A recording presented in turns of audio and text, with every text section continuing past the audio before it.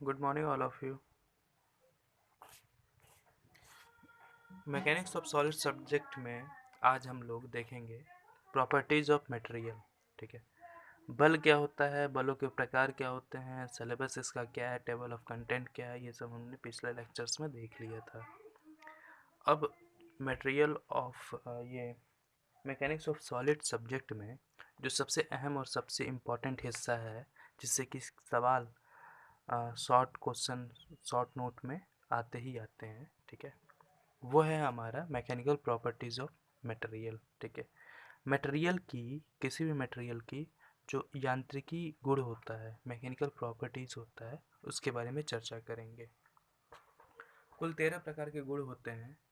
ठीक है, एक बात याद रखिएगा कि ये काफ़ी इम्पॉर्टेंट है, इसकी डेफिनेशन को, इसके एग्जाम्पल को आप लोग को याद रखना पड़ेगा। ठीक है, और समझ लीजिए कि मॉस सब्जेक्ट का, मैकेनिक्स ऑफ सॉलिड सब्जेक्ट का ये सबसे इम्पॉर्टेंट हिस्सा है, ये बेस है। इसको समझने के बाद आगे की जो चीज़ें आएंगे, आगे जो टॉपिक आएंगे, उनको पढ़ने में, उनको समझने में, उनके कॉन्सेप्ट को क्लियर रखने में ये काफ़ी मदद करेगा। ठीक है, इसलिए काफ़ी अहम हो जाता है, काफ़ी इम्पोर्टेंट हो जाता है। इससे सवाल भी एक दो आ जाते हैं शॉर्ट नोट में कि इस गुण को परिभाषित कीजिए, डक्टिलिटी को परिभाषित कीजिए, प्लास्टिसिटी क्या होती है, इलास्टिसिटी क्या होती है, स्ट्रेंथ क्या होता है, ये सब जनरली पूछे जाते हैं। तो आइए शुरू करते हैं। सबसे पहले all 13 types of mechanical properties, कुल 13 प्रकार के मैकेनिकल गुण होते हैं, मैकेनिकल प्रॉपर्टीज़ होती हैं।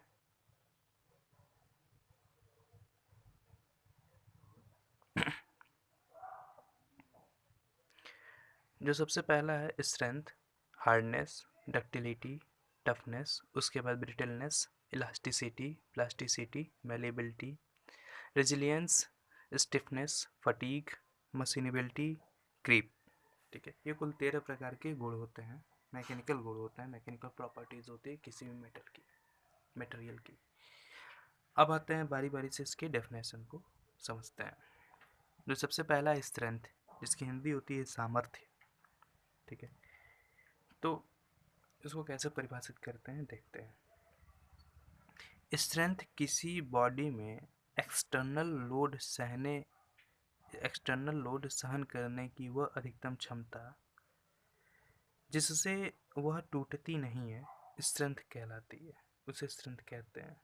ठीक है, अब देखिए कहना क्या चाहता है। यदि कोई आपके पास मटेरियल है कोई भी, तो उस पर जब हम एक्सटर्नल बाहर से कोई फोर्स लगाते हैं, बल लगाते हैं, लोड लगाते हैं, तो लोड की वह अधिकतम क्षमता, लोड का वह अधिकतम मान, जब तक कि वह बॉडी, जब तक कि वह मटेरियल टूटे ना, ठीक है, वह उस मटेरियल का स्ट्रेंथ कहलाता है। मतलब वह मटेरियल की जो क्षमता है, सामर्थ्य है, वो मैक्सिमम इतना लोड सहन करने की रखता है, क्षमता रखता है।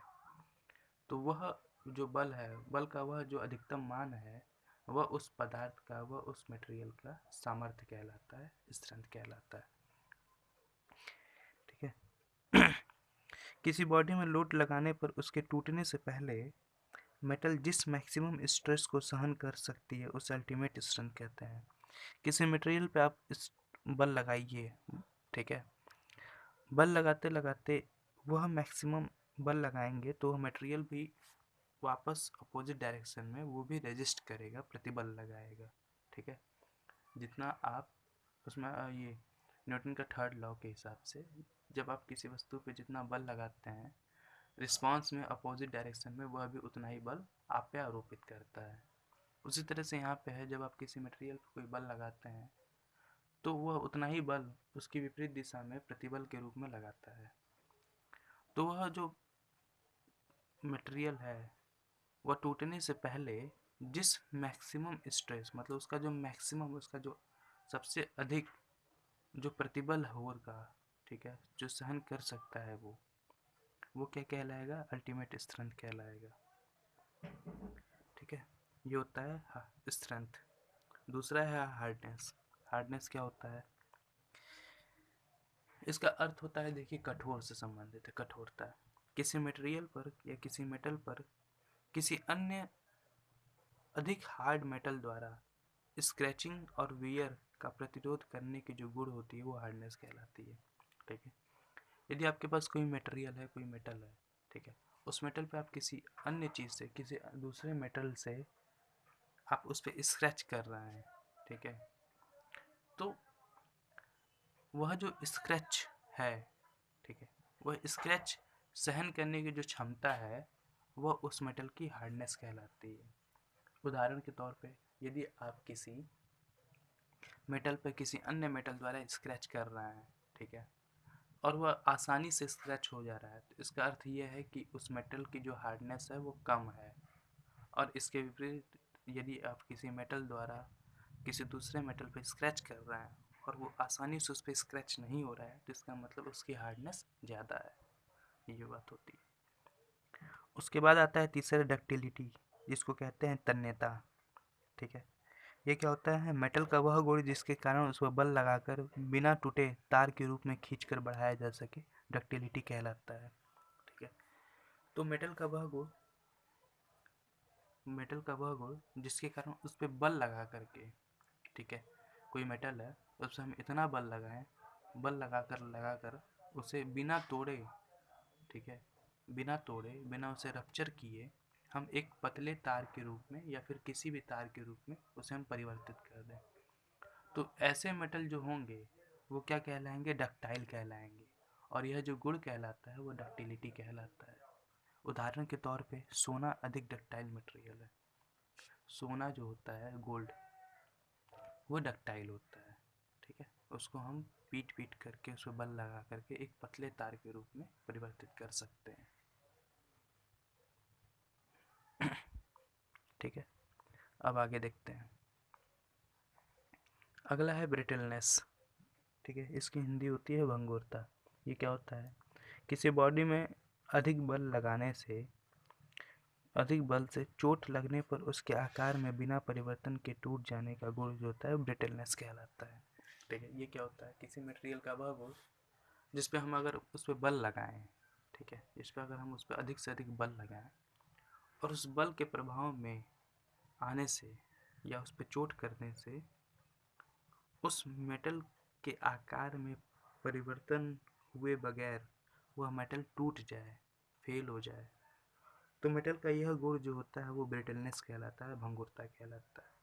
उदाहरण जैसे कांच है, कांच पे अगर आप बल लगाएंगे, ठीक है, कांच पे अगर आप बल लगाएंगे या चोट पहुंचाएंगे तो वह जो कांच है वो अपना आकार बदले बिना टूट जाता है।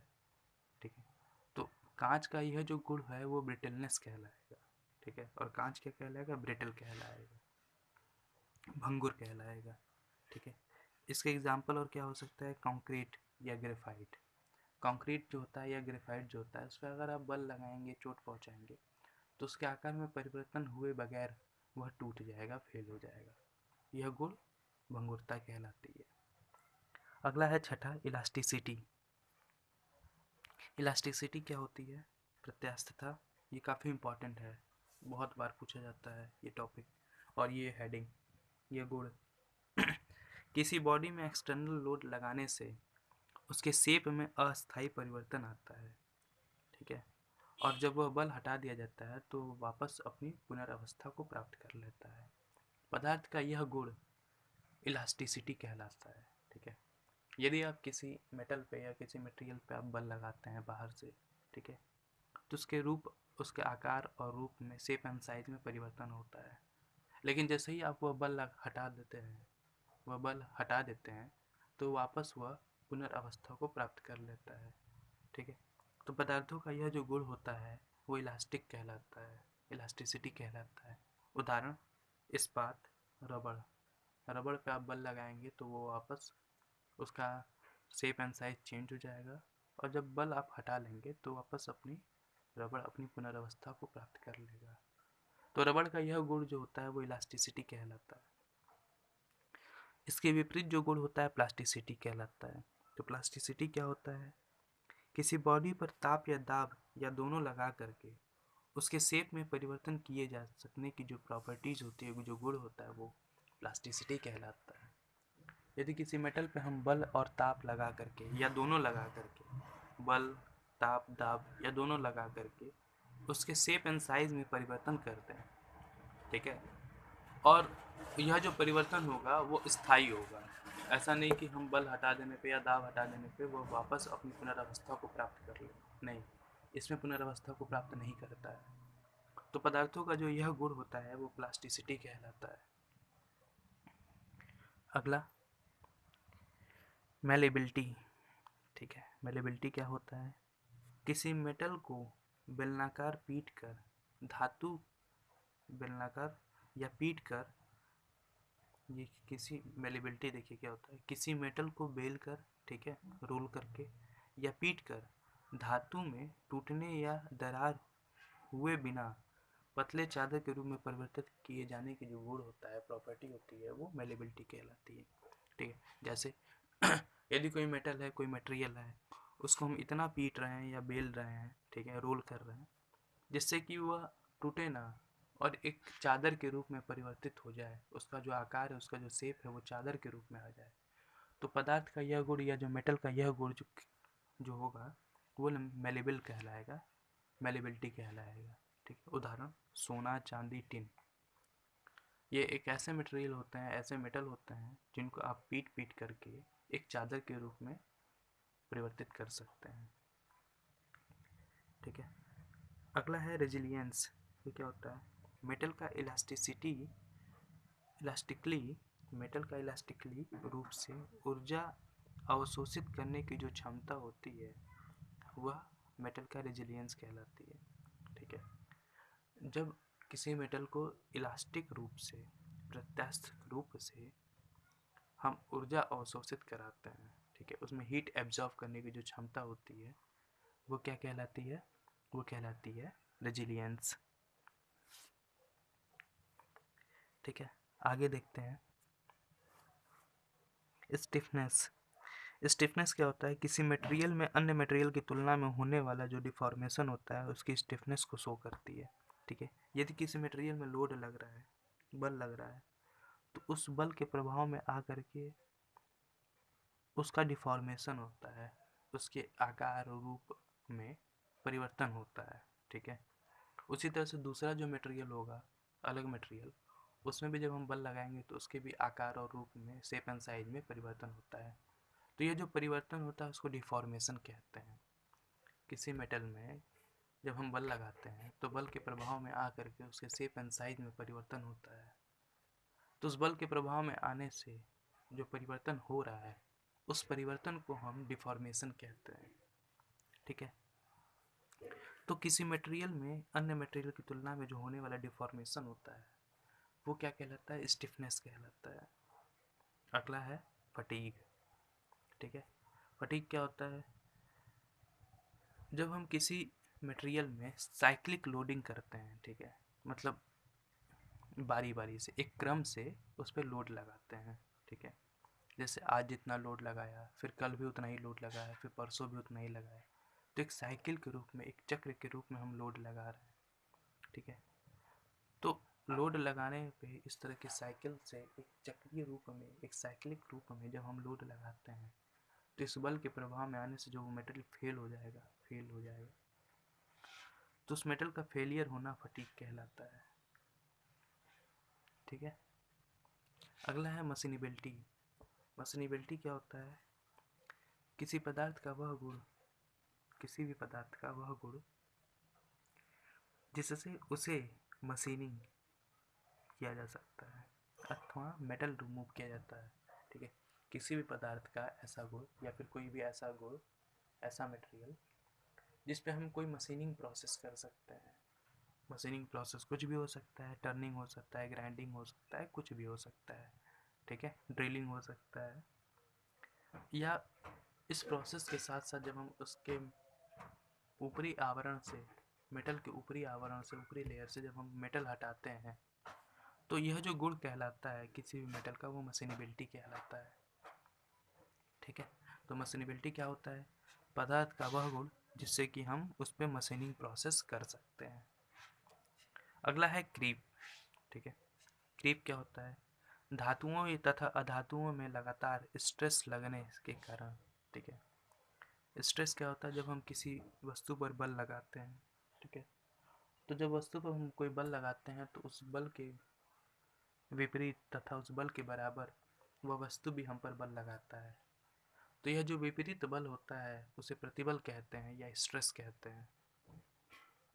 तो धातु तथा अधातु पर लगातार स्ट्रेस लगने के कारण, बल लगने के, प्रतिबल लगने के कारण अथवा लंबे समय तक लोड लगे रहने के कारण उत्पन्न होने वाला जो स्लो प्लास्टिक डिफॉर्मेशन होता है उसको क्रीप कहते हैं, ठीक है। यदि हम किसी मेटल या किसी नॉन मेटल पे, किसी धातु या धातु पर हम लंबे समय तक लगातार जो है, लंबे समय तक लोड लगा रहे हैं, लंबे समय तक, ठीक है, तो उसके आकार में जो धीरे धीरे परिवर्तन होता है, अचानक परिवर्तन नहीं होगा, उसके आकार में धीरे धीरे स्लो प्लास्टिक डिफॉर्मेशन, यहाँ पे लिखा है स्लो प्लास्टिक डिफॉर्मेशन, मतलब उसके आकार में जो धीरे धीरे परिवर्तन होता है, प्लास्टिक डिफॉर्मेशन जो होता है, मतलब अगर लोड हटा दिया जाए तो वह वापस पुनः स्थिति को प्राप्त नहीं कर सकता है। तो यह जो गुण होता है वो क्रीप कहलाता है, ठीक है। उदाहरण के तौर पे अब हम लोग बेल्ट लगाते हैं, ठीक है, तो बेल्ट लगा, जब हम नया खरीदते हैं तो बेल्ट कैसा होता है, लेकिन एक साल बाद हम उस पर जब लोड लगाते रहते हैं, रोज प्रतिदिन धीरे धीरे लोड लगा रहे हैं, ठीक है, तो वो बेल्ट थोड़ा सा ढीला हो जाता है, ठीक है। तो यह जो ढीला हुआ, ठीक है, शुरुआत में जब हम खरीद के लाए थे तो उसका आकार क्या था, और एक साल बाद इस्तेमाल करने के बाद उसका आकार क्या होता है, तो वह जो एक डिफॉर्मेशन, जो उसके आकार में जो परिवर्तन हुआ है वो स्लो प्लास्टिक डिफॉर्मेशन हुआ है लोड के कारण, ठीक है। स्लो क्यों, क्योंकि वो धीरे धीरे हुआ है। प्लास्टिक क्यों, क्योंकि अब उस आकार को हम पुनः प्राप्त नहीं कर सकते हैं, ठीक है। तो यह जो गुण होता है वो क्रीप कहलाता है, ठीक है। आज के लिए इतना ही करते हैं, बाकी का हिस्सा बाद में कवर करेंगे। अगले लेक्चर में हम स्ट्रेस और स्ट्रेन को पढ़ेंगे कि स्ट्रेस क्या होता है, स्ट्रेन क्या होता है, ये तमाम पहलुओं पर बात करेंगे।